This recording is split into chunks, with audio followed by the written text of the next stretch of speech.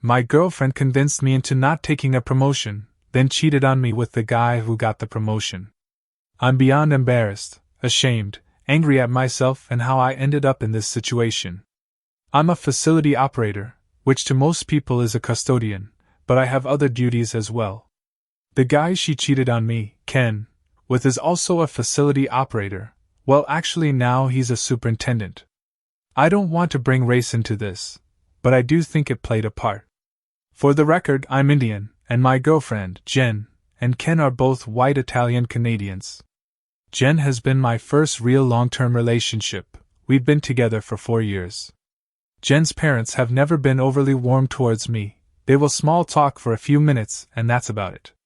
She has told me that they think she will be happy with someone more like her than me, and that if you were going outside of your race, you could have at least gotten an Indian with money.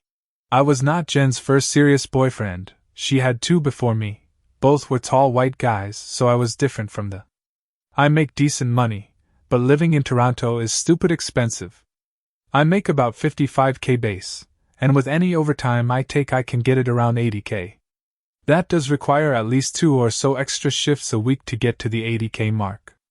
A superintendent position opened up in the company.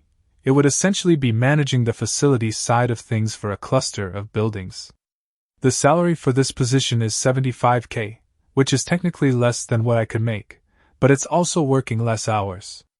I brought it up to my girlfriend, and she said that I should stick with my current position since I can make more. And I stupidly agreed. I turned it down and continued to do my role, and added another shift. Jen used to come by my work location every now and then, so she knew that few guys I worked with. She knew the crew I worked with, including Ken. After I turned the promotion down, Ken was offered it, and he accepted. She then suggested that I work an extra shift per week so I can make even more than that superintendent, which I agreed to. I was basically working my regular Tuesday to Saturday 6 a.m. to 2 p.m., as well as working 2/3 p.m. for 10/11 p.m. 3 times a week. I was pretty exhausted, but I did it to earn more money to be able to afford a condo in Toronto, and to make some more money to impress her family. Her and I are currently renting a place and both signed an agreement to rent until next February. Jen was really happy with me working more overtime, even though she did not see me as much. I thought it was a bit weird, but I just thought she was happy we wouldn't have to rent anymore after our contract finished early next year. She encouraged me to do even more OT. She really tried talking me into doing 4 or even 5 days of OT a week.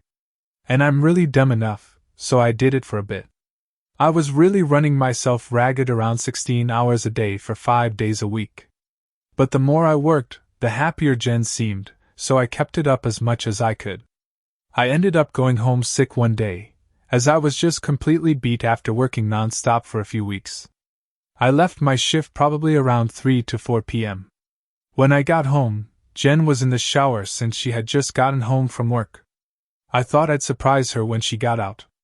After about 10 minutes, Jen was done showering, but she hadn't come out of the bathroom yet, when there was a knock on the door. I go to open the door, and it's Ken.